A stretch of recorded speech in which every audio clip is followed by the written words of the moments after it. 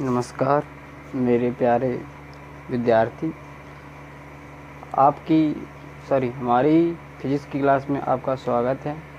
आज हम class 10th का बहुत इम्पोर्टेंट जो लेक्चर है उसको हम पढ़ने वाले हैं, समझने वाले हैं। अब बात करते हैं कि आज का जो हम लोगों का टॉपिक नंबर रहेगा वो टॉपिक नंबर 4 है। बात करें तो इससे पहले वीडियो में हम लोग बात कर चुके हैं दर्पणों के बारे में, और आज इस वीडियो में हम समझेंगे दर्पणों से संबंधित कुछ परिभाषा। मतलब क्या हुआ, मतलब हुआ दर्पण में जितने भी हम लोग भाग देखते हैं, ध्रुव, वक्रता केंद्र है, वक्र त्रिज्या है, मुख्य अक्ष है, मुख्य फोकस है, फोकस दूरी है, इस प्रकार के जितने जो भाग होते हैं दर्पण के, उन पार्टों को हम इस वीडियो में समझेंगे। तो हम बात ये कहना चाहते हैं कि हम जो भी पढ़ाएं उसको बड़े ध्यानपूर्वक समझें। तो वीडियो स्टार्ट करने से पहले मैं आपसे कुछ कहना चाहता हूँ। ये हमारा जिस कॉलेज में हम पढ़ाते हैं उस विद्यालय का नाम है विस्मन विद्यापीठ इंटर कॉलेज पक्काबाग इटावा। तो यदि किसी भी विद्यार्थी अगर इच्छुक हैं तो आप इसमें एडमिशन लेने के लिए तैयार हो सकते हैं। और जैसा कि समझाना चाहते हैं तो ये जो कोविड-19 यानी कि कोरोना जो वायरस हम लोग चल रहा है उसके लिए हम लोग अपने घर पर रहें, जिससे कि उसकी जो कड़ी चल रही है उसको हम तोड़ सकें। चलिए हम स्टार्ट करते हैं।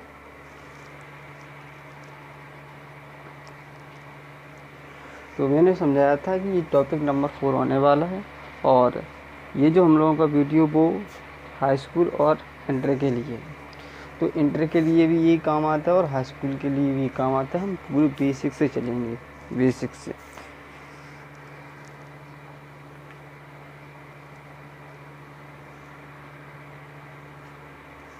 तो आज हम इसमें क्या क्या समझने वाले हैं। चलिए, अगर आप देख रहे हैं ऊपर जो नाम लिखा हुआ है mathematics concept mathematics and physics classes, ये हमारा यूट्यूब चैनल नेम है। और इस पर सर्च करके आप जितनी वीडियो हैं आप उसको देख सकते हैं। तो आज हम इस वीडियो में जिन के बारे में बात करेंगे उसको हम समझेंगे। सबसे नंबर समझेंगे हम किसके बारे में, वक्रता केंद्र। वक्रता केंद्र क्या होता है इसके बारे में समझेंगे हम। नेक्स्ट समझेंगे हम वक्रता त्रिज्या। वक्र त्रिज्या क्या होती है इसके बारे में समझेंगे। नेक्स्ट समझेंगे हम ध्रुव के बारे में। ध्रुव क्या होता है इसके बारे में समझेंगे।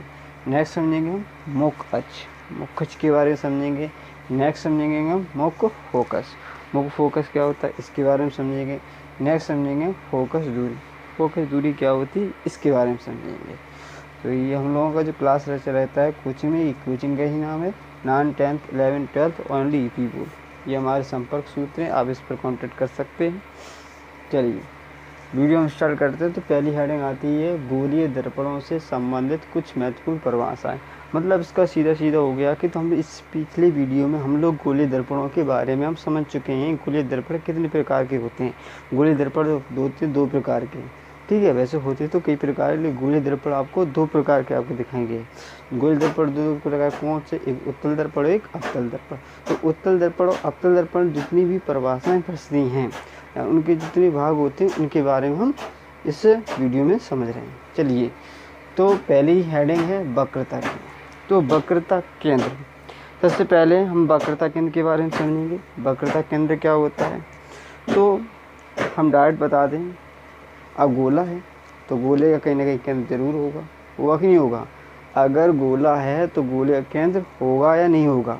तो मतलब हुआ जो दर्पण यानी जो गोलीय दर्पण चाहे अवतल हो या उत्तल हो, जिस गोले का भाग होता है उसके केंद्र को हम बोलते हैं वक्रता केंद्र। चलिए हम चित्र से समझते हैं। आप लोगों को में दिखाई दे रहा होगा कि ये एक यहाँ से लेकर पूरे गोला था, उसका जो डॉट जो पार्ट है इसको काट कर अलग कर दिया गया। तो इतने पार्ट में ये देखिए, ये आपकी पॉलिश कर दी गई, ये पॉलिश, ठीक है। और पॉलिश करने के बाद ये पृष्ठ हमारा कह सकते हैं हम, ये अपनी कर दी गई है पॉलिश। क्या कर दी गई है, पॉलिश। ये आपका बन जाएगा क्या, परावर्तक पृष्ठ। तो परावर्तक ये पूरा गोला है और गोले का ये क्या है, एक केंद्र है। तो गोले के केंद्र, अब गोले का जो केंद्र होता है उसी को तो कहते हैं वक्रता केंद्र।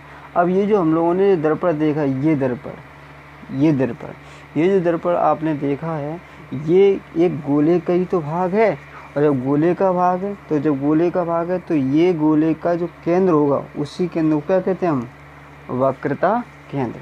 तो यहाँ पर परावर्तन दबी सतह से होगा या परावर्तन दबा हुआ हो, परावर्तन पृष्ठ दबा हुआ होगा, इसलिए कौन सा दर्पण होगा, अवतल दर्पण। ये भी देखिए, ये दूसरा आपका उत्तल दर्पण है। ये भी देखो डॉट डॉट, आपको अगर आपको पूरा जोड़ दिया जाए तो ये पूरे एक गोला बन जाएगा। लेकिन जो डॉट डॉट का मतलब हुआ इतने पार्ट से यहाँ तक हटा दिया। तो ये आपका बन जाता है एक दर्पण। और दर्पण में दबी सतह पे क्या करते हैं हम, पॉलिश। तो ये बन जाता है आपका उत्तल दर्पण। तो ये हमारी पॉलिश हो गई और ये हो गया हमारा परावर्तक पृष्ठ। तो ये जो यहाँ से लेकर यहाँ तक ये जो दर्पण है, ये एक गोले का ही तो भाग है। और जब गोले का भाग है तो गोले का केंद्र तो 100% होगा। तो केंद्र का जो गोले का केंद्र 100% होगा तो उसी केंद्र को हम क्या कहेंगे, हम वक्रता केंद्र। तो परिभाषा क्या बनती है, परिभाषा बन जाती है कि दर्पण जिस गोले का भाग होता है, दर्पण जिस गोले का भाग होता है उसका जो केंद्र होता है उस केंद्र को बोलते हैं हम वक्रता केंद्र। क्या बोलते हैं, वक्रता केंद्र। फिर से समझें, दर्पण जिस गोले का भाग होता है उस केंद्र को बोलते हैं वक्रता केंद्र। उसे रिप्रेजेंट यानी कि इसे प्रेजेंट करते हैं कैपिटल सी से। ठीक है, चलिए ये आपकी परिभाषा आ गई है। दर्पण जिस गोले का भाग होता है उसके केंद्र को वक्रता केंद्र कहते हैं। इसे सी से प्रदर्शित करते हैं। अब नोट करने का तरीका क्या रहेगा, नोट करने का तरीका आप लोगों को हमने PDF फाइल भेज दी है, उससे आप नोट करेंगे। लेकिन ये अलग अलग चित्र आप इस प्रकार से नहीं बनाएंगे, एक ही चित्र में हो जाएगा कंप्लीट। चलिए हम आगे की बात करते हैं, नंबर दूसरे की। दूसरा क्या है, दूसरा है आपकी वक्रता त्रिज्या। बिल्कुल सेम टू सेम वही है।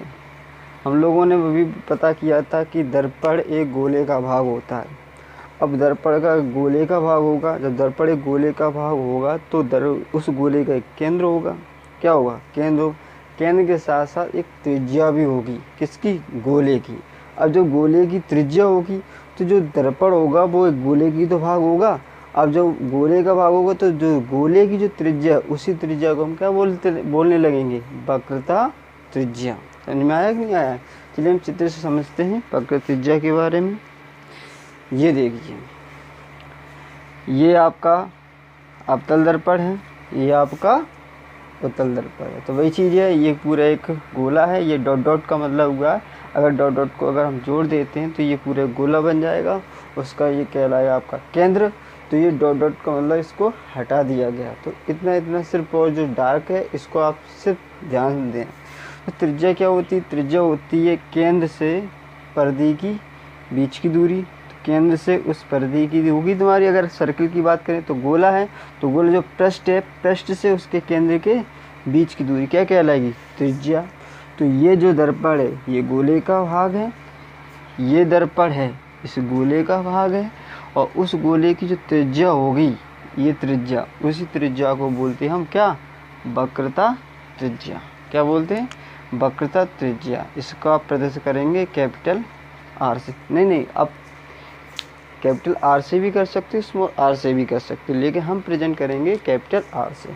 तो आप यहाँ पर कैपिटल आर बना सकते हैं। ठीक है, तो आपको समझ में आ गया वक्रता त्रिज्या क्या होती है। वक्रता त्रिज्या होती है दर्पण जिस गोले का भाग होता है उसकी जो त्रिज्या होगी, इसी त्रिज्या को क्या बोलते हैं हम, वक्रता त्रिज्या। तो पृष्ठ से उसके केंद्र की सभी की दूरी कैसी होगी, समान होगी। तो ये तो पार्ट है नहीं, सिर्फ गोला यहाँ तक है, ये दर्पण है तुम्हारा, ये सभी क्या होंगे, ये सभी होंगे आपकी त्रिज्याएं, और इन्हीं त्रिज्याओं को बोलने लगेंगे हम वक्रता त्रिज्या। ठीक है, तो परिभाषा क्या बनी, परिभाषा बनी दर्पण जिस गोले का भाग होता है उसकी त्रिज्या को हम वक्रता त्रिज्या कहते हैं। ठीक है, चलिए परिभाषा देखते हैं हम। ये देखिए, दर्पण जिस गोले का भाग होता है उसकी त्रिज्या को वक्रता त्रिज्या कहते हैं, इसे कैपिटल आर से प्रदर्शित करते हैं। ठीक, नेक्स्ट आगे चलते हैं। अब समझेंगे ध्रुव, किसके समझेंगे, ध्रुव या पोल। तो ध्रुव क्या होता है, ठीक है। तो ध्रुव हम समझाना चाहते हैं।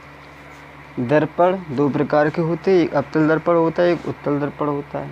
तो ये आपका कौन सा दर्पण है, ये दर्पण, ये दर्पण आपका अवतल। ये कौन सा दर्पण है, ये दर्पण आपका उत्तल दर्पण, ठीक है। इस प्रकार से झुका हुआ है। तो यहाँ से लेकर यहाँ तक पार्ट जो होगा, यहाँ से यहाँ तक पार्ट, यहाँ से यहाँ तक पार्ट ऐसे झुका हुआ हो, उसका जो मध्य बिंदु होगा, यहाँ से देखें, ये जो परावर्तक पृष्ठ है, ये जो परावर्तक पृष्ठ है, परावर्तक पृष्ठ है ये, उसका जो मध्य बिंदु होगा वही मध्य बिंदु कहलाएगा हमारा ध्रुव। हम कह सकते परावर्तक पृष्ठ के मध्य बिंदु को क्या कहते हैं, हम ध्रुव कहते हैं। तो इसका यहाँ से यहाँ तक एक परावर्तक पृष्ठ है ये, तो इस पृष्ठ का कहीं ना कहीं एक बीच का बिंदु होगा, मध्य बिंदु होगा, उसी बिंदु क्या कहते हैं हम, ध्रुव, ठीक है। तो परिभाषा बन जाएगी, क्या बन जाएगी, दर्पण के परावर्तक पृष्ठ के मध्य बिंदु को ध्रुव कहते हैं। चलिए हम समझते हैं चित्र की सहायता से। यह हमारे सामने आ गया चित्र। तो आप लोग देख रहे होंगे कि ये एक दर्पण है, ये एक दर्पण है, ठीक है। दर्पण आप इसको चाहे तो हटा भी सकते हैं, इसको मान भी सकते हैं, ये है नहीं। तो इस दर्पण, ये जो परावर्तक पृष्ठ है, ये परावर्तक, इसका जो मध्य बिंदु होगा यही तो होगा, इसका जो मध्य बिंदु होगा, इसका मध्य बिंदु होगा ये। तो इस मध्य बिंदु यानी दर्पण के परावर्तक पृष्ठ के मध्य बिंदु क्या कहते हैं हम, ध्रुव कहते हैं। इसे कैपिटल पी से प्रदर्शित करते हैं। चलिए परिभाषा देखते हैं हम। परिभाषा है, दर्पण के परावर्तक पृष्ठ के मध्य बिंदु को ध्रुव कहते हैं। इसे कैपिटल पी से प्रदर्शित करते हैं। इसे किससे प्रदर्शित करते हैं, कैपिटल पी से प्रदर्शित करते हैं। चलिए नेक्स्ट आगे समझते हैं। मुख अक्ष। चलिए मुख अक्ष हम लोगों ने पता कर लिया है क्या, वक्रता केंद्र, वक्रता त्रिज्या और ध्रुव, ठीक है। इन तीन चीज़ों के बारे में हम लोग जान चुके हैं। अब समझते हैं मुख अक्ष क्या होती है। तो अगर हम तीनों के एक साथ चित्र बनाएं, समझे ना, तीनों के एक साथ चित्र बनाएं, तो ये आपका आ गया अवतल दर्पण, ये आपका आ गया अवतल दर्पण, और ये आपका आ गया कौन सा दर्पण, ये आ गया आपका उत्तल दर्पण। तो ये किसी न किसी दर्पण, जो गोली दर्पण होगा वो किसी न किसी गोले का भाग होगा, तो उसका कहीं ना कहीं एक केंद्र होगा सी, कहीं ना कहीं क्या होगा, केंद्र होगा सी, ठीक है। और इसका भी कहीं ना कहीं केंद्र होगा सी। अब ये तो सी हो गया। अब वक्र त्रिज्या के बारे में बात करते हैं। तो वक्र त्रिज्या गोले का जो भाग है उसकी जो त्रिज्या होगी उसको क्या कहते हैं हम, वक्र त्रिज्या। इसको मिला दें, ये क्या कह लेंगे मैं, वक्र त्रिज्या। अब बात करते हैं ध्रुव की। तो ध्रुव के बारे में मैंने बताया था, जो दर्पण का परावर्तक पृष्ठ होता है उसका मध्य बिंदु क्या कहते हैं हम, ध्रुव। उसका मध्य बिंदु क्या कहते हैं हम, ध्रुव। अब बात करते हैं हम किसकी, मुख अक्ष की। मुख अक्ष क्या होती है, दर्पण के वक्रता केंद्र और ध्रुव को जो मिलाने वाली रेखा होती है, दर्पण के वक्रता केंद्र और ध्रुव को जो मिलाने वाली रेखा होती है, उसी रेखा को बोलते हैं मुख अक्ष, ठीक है। ध्रुव तथा वक्रता केंद्र को मिलाने वाली रेखा क्या बोलते हैं हम, मुख अक्ष। समझ में आया। तो इसकी परिभाषा बन जाएगी, दर्पण के वक्रता केंद्र तथा ध्रुव को मिलाने वाली रेखा को बोलते हैं मुख अक्ष। ये हमारे सामने चित्र आ गया। चित्र में आप लोगों को देख रहे होंगे, ये जो डॉट डॉट लाइन गई है, ये है हमारी मुख अक्ष। मुख अक्ष कहाँ से होकर जा रही है, वक्रता केंद्र से और ध्रुव से। ये दोनों क्या है, ध्रुवी तो हैं, पी। ये भी देखो, ये जो लाइन है ये भी एक मुख अक्ष है। तो ये दोनों, ये मुख अक्ष है, वो कहाँ से होकर जाती है, वक्रता केंद्र और ध्रुव से। ये मुख अक्ष किससे जाती है, वक्रता केंद्र और ध्रुव से। तो वक्रता केंद्र और ध्रुव को जो मिलाने वाली रेखा होती है उसी रेखा को बोलते हैं मुख्य। अच्छा, चलिए परिभाषा के बारे में देखते हैं।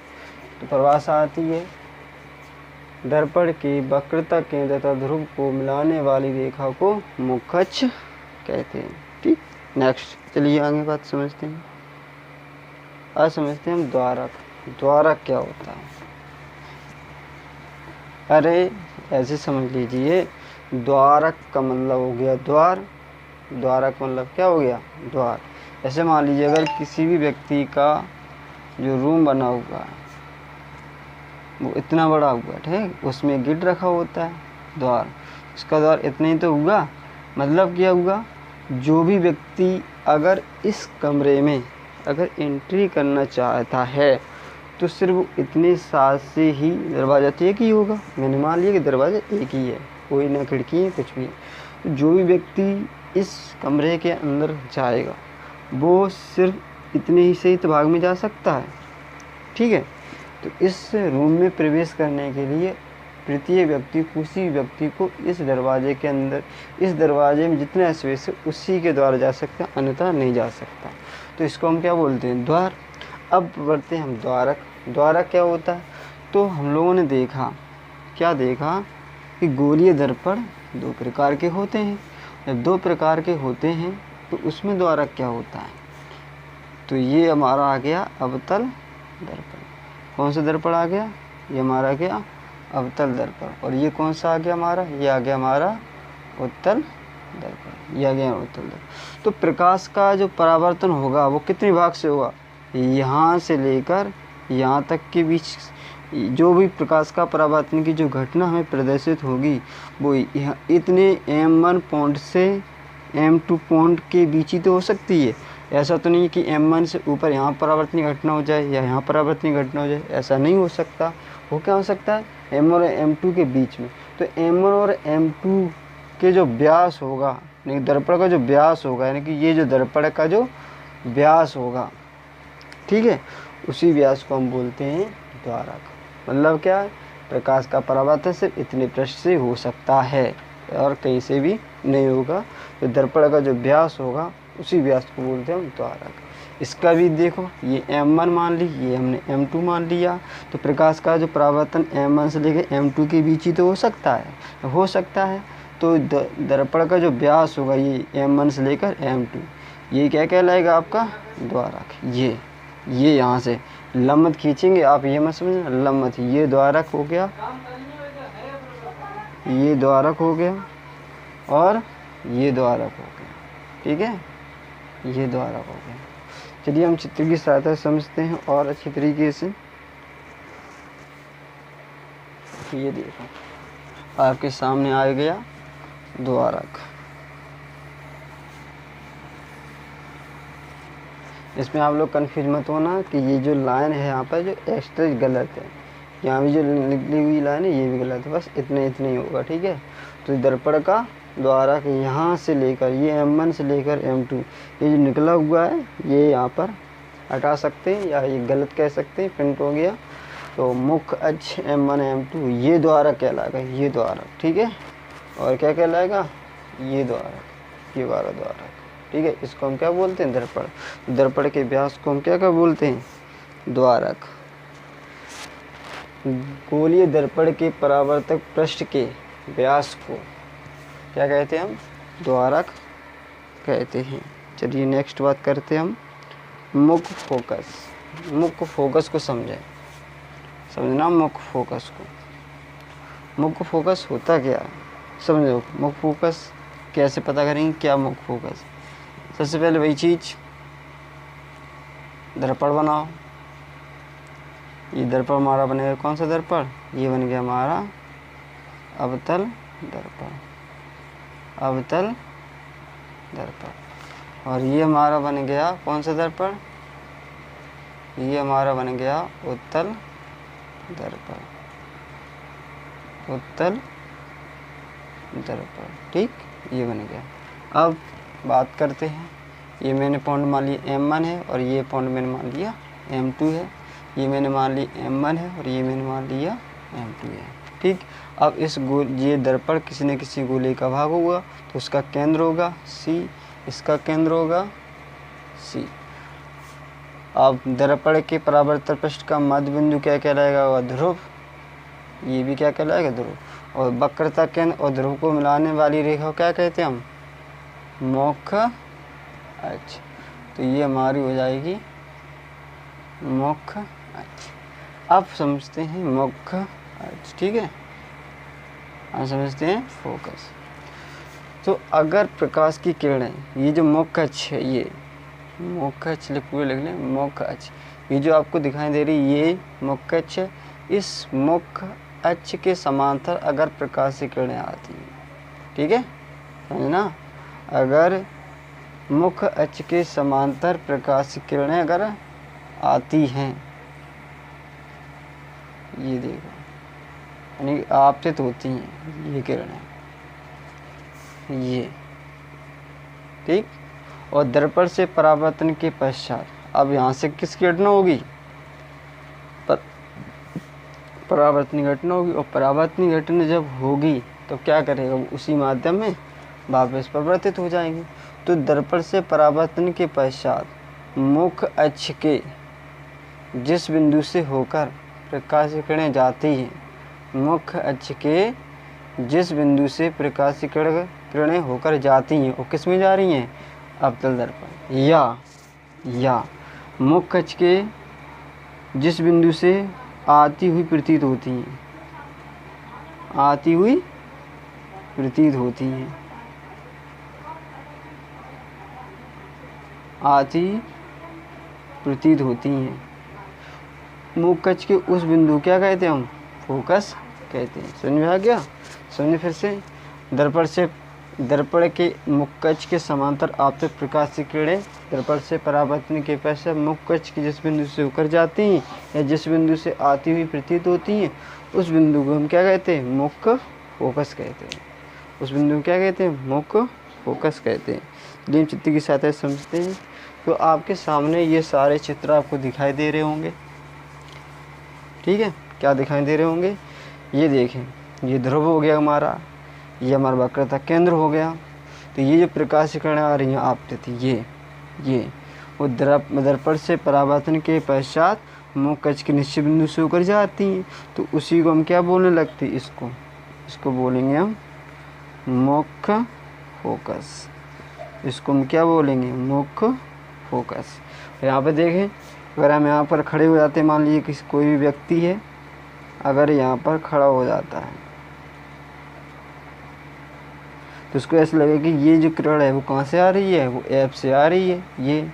ये सारी किरणें ऐसा लगेगा कि कहाँ से आ रही हैं? ऐप से। तो ऐप से आती हुई प्रतीत होगी। तो उस बिंदु को क्या कहते हैं? मुख्य फोकस कहते हैं। अब समझते हैं हम इसकी परिभाषा, ठीक। क्या समझेंगे हम इसकी परिभाषा? तो परिभाषा क्या बनेगी बताओ? परिभाषा बनेगी दर्पण के मुख्य अक्ष के समांतर आपतित प्रकाश किरणें दर्पण से परावर्तन के पश्चात मुख्य अक्ष के जिस बिंदु से होकर जाती हैं या जिस बिंदु से आती हुई प्रतीत होती हैं, उस बिंदु को बोलते हैं मुख्य फोकस। उस बिंदु क्या बोलते हैं हम? मुख्य फोकस। तो यहाँ देखें, दर्पण की मुख्य अक्ष, ये तो मुख्य अक्ष है, हालांकि इसमें दिखाई दे रहा है कि ये किरण जा रही है, हालांकि क्योंकि मुख्य अक्ष की परिभाषा क्या होती है? वक्रता केंद्र और ध्रुव को मिलाने वाली रेखा को भी हम कहते हैं, यानी कह सकते हैं वो मुख्य अक्ष। मुख्य अक्ष के समांतर, तो ये सभी किरणें मुख्य अक्ष के समांतर हैं, मुख्य अक्ष के समांतर हैं। आपतित प्रकाश की किरणें, तो ये प्रकाश की किरणें आ रही हैं, ये देखो सबका यार इधर दिखाई दे रहा है दर्पण की तरफ।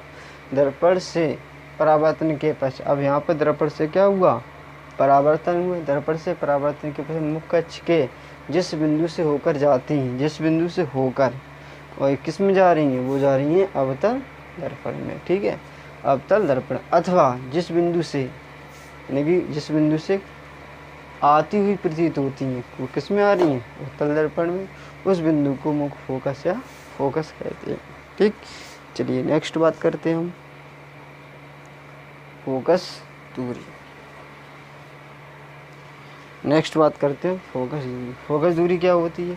फोकस दूरी जो होती है, देखो एक ही दर्पण से समझें, मैंने मान लिया एक कौन सा दर्पण आ गया, ये हो गया आपका अवतल दर्पण। ये हो गई हमारी मुख्य अक्ष, ये क्या आ गई मुख्य अक्ष।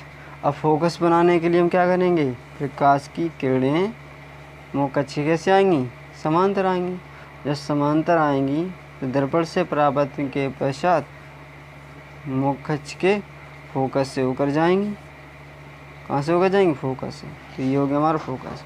अब बात करते हैं फोकस दूरी क्या होती है। तो फोकस होगा ना, तो फोकस दूरी क्या होती है, फोकस दूरी होती है फोकस तथा ध्रुव को जो मिलाने वाली रेखा है, समझ में आया। फोकस तथा ध्रुव को जो मिलाने वाली रेखा, सॉरी रेखा नहीं, फोकस तथा ध्रुव के बीच की जो दूरी होती है, फोकस तथा ध्रुव के जो बीच की दूरी होती है उसी दूरी को बोलते हैं फोकस दूरी। आई बात समझ में। यही घटना होती है उत्तल दर्पण। फोकस दर्पण के फोकस तथा ध्रुव के बीच की दूरी को हम बोलते हैं फोकस दूरी। तो यहाँ हम लोगों ने दिखाई दे रहा होगा, इसमें देखना, ये फोकस हो गया, ये हमारा हो गया क्या ध्रुव, और ध्रुव तथा फोकस के बीच की दूरी क्या बोलते हैं हम, फोकस दूरी। तो यही तो न्यूनतम फोकस दूरी है, ये हमारी होगी फोकस दूरी। ठीक,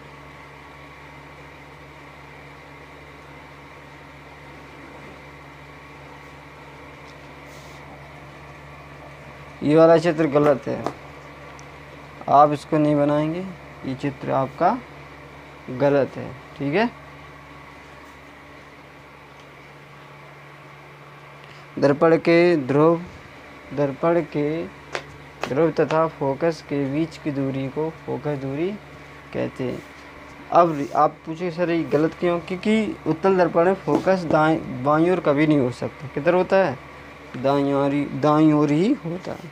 चलिए हम बात करते हैं फोकस तल के बारे में। फोकस तल क्या होता है, फोकस तल दर्पण होगा तो दर्पण का कहीं ना कहीं फोकस होगा, क्या होगा, फोकस होगा।